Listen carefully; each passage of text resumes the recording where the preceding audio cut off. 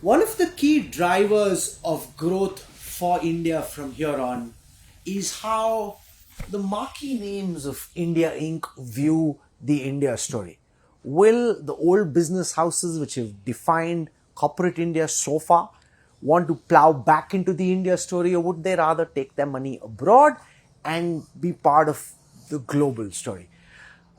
Joining us now for perspective on where his group is at this moment, the different factors playing themselves out domestically and geopolitically, is the head of the Aditya Birla Group, Kumar Mangalam Birla. Thank you so much, sir, and it's fantastic to have you. Thank you. It's great to have you with us at the India Today Studio. I want to understand from you your macro view on the economy from the perspective of the Aditya Birla Group, because it seemed like India was poised for a takeoff on the back of the pandemic. And then Russia, Ukraine happened, we're seeing inflation, we're seeing interest rates go up. Is that dampening spirits about the bounce back, and to what extent? So I can speak for myself, Rahul. I think that inflation is obviously a global phenomenon, right? After what's happening with Ukraine and Russia, energy prices are going up, inflation is going up, commodity prices, metal prices, food shortage could be a real problem, unemployment. So I don't think inflation is obviously not an issue that's specific to us. I think that the government actually seems to be, very quick to take action to contain inflation. The fundamentals remain very much the same as far as we're concerned. We would look at structural, sectoral trends, multi-decadal trends, because that's the kind of time horizon that we have in mind when we invest. And I think India looks very good. I remain very positive about India. It is the fastest growing economy in the world, something that people here in Davos also recognize. It doesn't go unnoticed. We have about 7 billion of capex, $7 billion of capex announced and under implementation in India. We also have about $3 billion announced and again underway overseas, largely in Novelis. So I think it's very exciting times. The fact that we are very low on debt, hardly have debt, and have strong cash flows, gives us that extra sort of power and extra headroom. So yeah, on India, I remain very positive. I think that we really are shining out vis-a-vis the rest of the global economies. Now, there are two theories that are playing themselves out at this time, and I'm curious to know what you think. One is that we're poised for a 5-year investment cycle because of cuts in corporate tax, because of pent-up demand, because of the fact that there were 2 no-show years because of the pandemic, that this is India's opportunity and we're set for takeoff. The other is that given the lingering geopolitical uncertainty, no one knows when the war will end, no one knows what may happen next. Could there, God forbid, be nuclear escalation? Therefore, industrialists and corporate houses will hold back, see how things play themselves out before taking decisions to invest. How do you see this? So, these macro issues will always be there. I mean, we've been through many macro situations. We had the US-China trade war. We had the tsunami in Japan. We had floods in Thailand.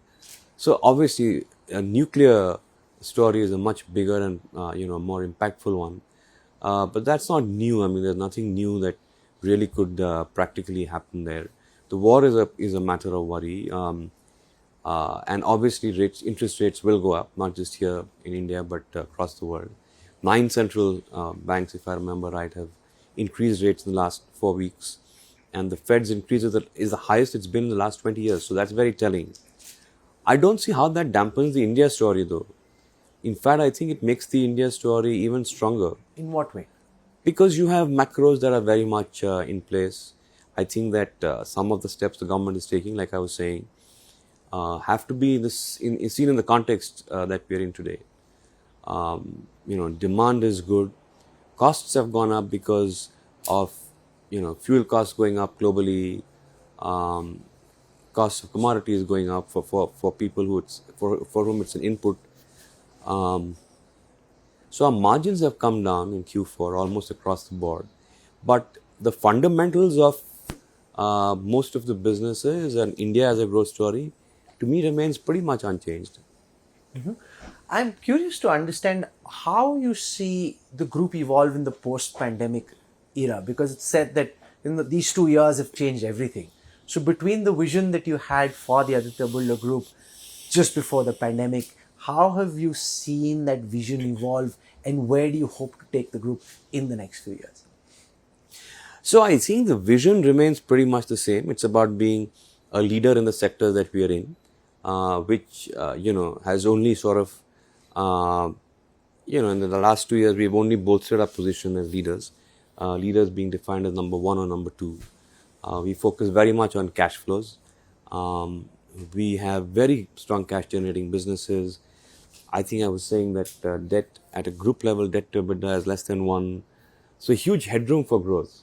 I think the one big change is going to be on technology, not just in digital, but also in the sense of, let's say, the whole supply chain part of things. Right from the sort of point where my supplier ships his, my raw material to the time that I sell to my customer. The ideal situation would be to have a see-through across the entire part of the value chain. That's going to have an impact, and that's going to take a lot of reskilling and learning new skills. Do you want to build a lot on of that technology and explain how? Because one of the big changes that we're seeing is that supply chains are moving from just in time to just in case, and all kinds of eventualities are now being factored in. Resilience is the key driving theme about ensuring that supply chains stay resilient. So how are you trying to register that across? So very your broadly, I mean, it depends from business to business, but I think that we use JIT so far to, control costs, to improve efficiencies. Now it's more about reliability, it's more about resilience. So, you would need to keep some buffer stock. To that extent, your costs would go up at a granular level. But I think the way to keep costs down is going to be through technology.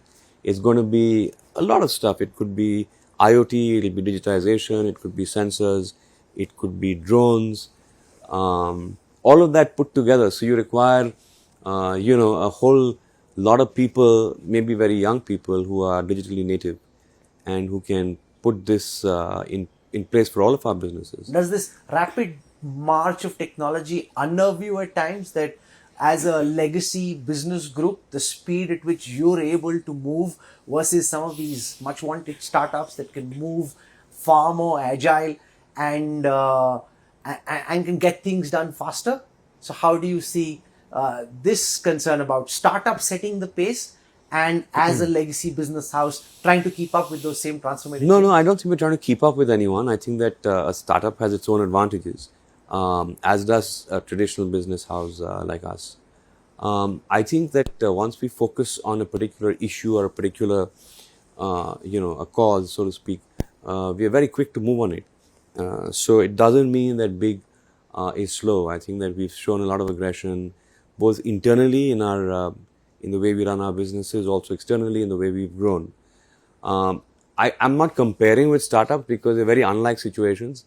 I'm just saying that for us, for large businesses, I think adopting technology with greater depth, especially on the side of the whole supply chain part of things, is going to be a whole new area of focus. Competition seems to be heating up in some of your businesses. We've seen the Adani Group come in, pick up Holcim.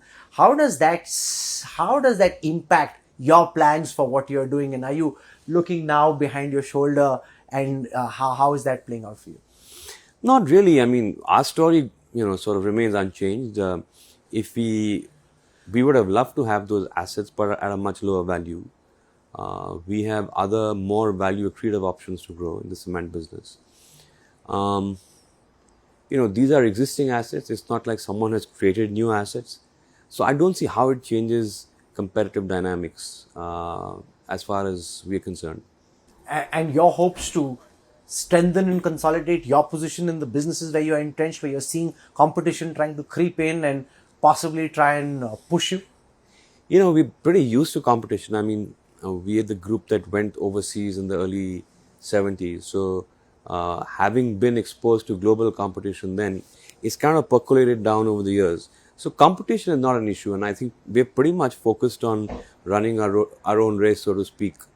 Um, competition is always a good thing in many ways. Let's talk a bit about your investments. There was the announcement about the investment into paints, where you want to double the investments that you've made, focus on building capex. Can you talk us through some of the key sectors that you want to build on and your roadmap for that?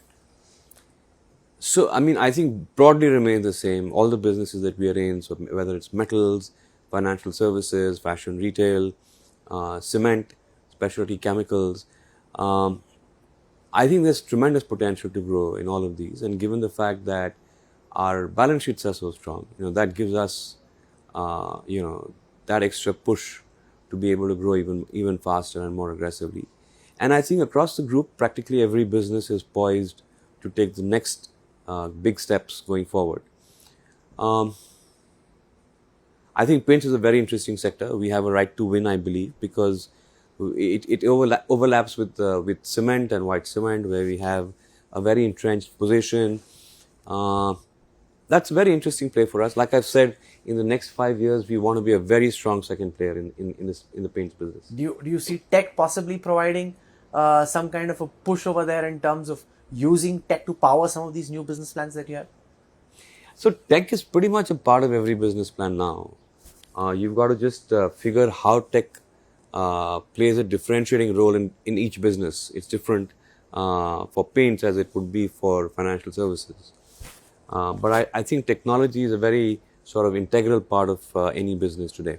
So you've made a big play in the fashion space, and I've always wondered, what is it that draws you, given the fact that a lot of the designers that you're now working with couldn't achieve scale? So what is it that you hope to achieve which they couldn't do earlier, and what is it about just the whole sector that excites you? So the designer acquisitions are quite a small part of Sure. ABFRL actually. It's actually in a broader sense a play on ethnic, which we believe is has a strong growth story in India in particular. I think fashion retail, we've been in it for the longest time. We've been the largest player in our segments. You just look at demography, you look at income groups going up, income levels going up, aspirational value of fashion, clothing, as you might call it. It's just a high growth sector that we understand well. And just as it so happens, there's also consolidation happening in the fashion sector, with you picking up a lot of the marquee designers and the Reliance Group doing the same. And it seems to be becoming, in this sector, in initially quite an unanticipated fashion, once again Birla versus Reliance. Not really. I don't think I'm seeing it that way at all. I think we just basically, it's the sector that is attractive. So any large player in that sort of industry would have sensed that by now. Okay, so let's step out of what's happening in India and talk a bit about what you're picking up about India in your travels and in all the interactions that you're having with people who are looking at India globally. So very positive views on India. I haven't heard anyone saying that we don't want to invest in India. I think that the fact that China has been under lockdown, a large part of China, 75% of the provinces, especially Shanghai, in terms of contribution to GDP of China, have been shut down for a long time, and therefore it shakes investors' confidence. And I think that they see India as a sort of natural option. I didn't hear about any major concerns that people have about investing in India, from private equity to FDI to FII. Most people have sector preferences, but a positive view on the country. So I think that this is really a good time for us to try and leap forward, given that we are standing out just now. From a policy perspective, in terms of being able to capitalize on the growing thinking in boardrooms globally in MNCs that there's a need to have a China plus one supply chain now, do you think India is doing as much as it should to try and capitalize on that opportunity? We've seen Vietnam be a big beneficiary. We've seen textiles Bangladesh be a big beneficiary. What more would you like to see the government do, and what do you make of what's been done so far? I think that'll have to be a sector by sector sort of a reply. But I think the role of government is to create an enabling environment, and policy making is part of that. I'm not sure if there is something that the government needs to do in specific sectors. I wouldn't know about that. But like I said, I don't hear any concerns from anyone here saying they don't want to invest in India, or there's any apprehension that they have about investing in India. So really, it's a good time for us, and I think we need to capitalize on it. But that's the key point, capitalize on it, because as many Davos veterans would say, it's been a good time for a long time. And ye apna time kab aayega is the question, because the pandemic happened, now these global tensions, so a lot of being poised for takeoff, but just actually taking off. Is it just... So I think we've seen a lot of inflows, especially on the private equity side. I think what we want to see now is inflows on the FDI side, which also has picked up. Like I said, I think that this is a time when we are actually standing out, because all the other economies, whether it's Europe, whether it's the US, are struggling with their own problems to one extent or the other. I think that these investors have clear preferences in terms of which sectors, and I think given the right opportunities, they're quite happy to come and invest in India. What are the sectors you're most bullish on? I'm bullish about all the sectors that we're in. No, but and growth sectors in addition to your existing lines of businesses? So there are several. I think digital has some nice opportunities. Of course, it's a whole new ball game, and we're still trying to figure out what we want to do in the sector, and how best we should play in the sector. But obviously, some very, very enterprising work happening there. Mm-hmm. As I conclude, I want your sense of how the week for you here has been, and in terms of your expansion plans globally. You've made announcements of investments in the United States and elsewhere.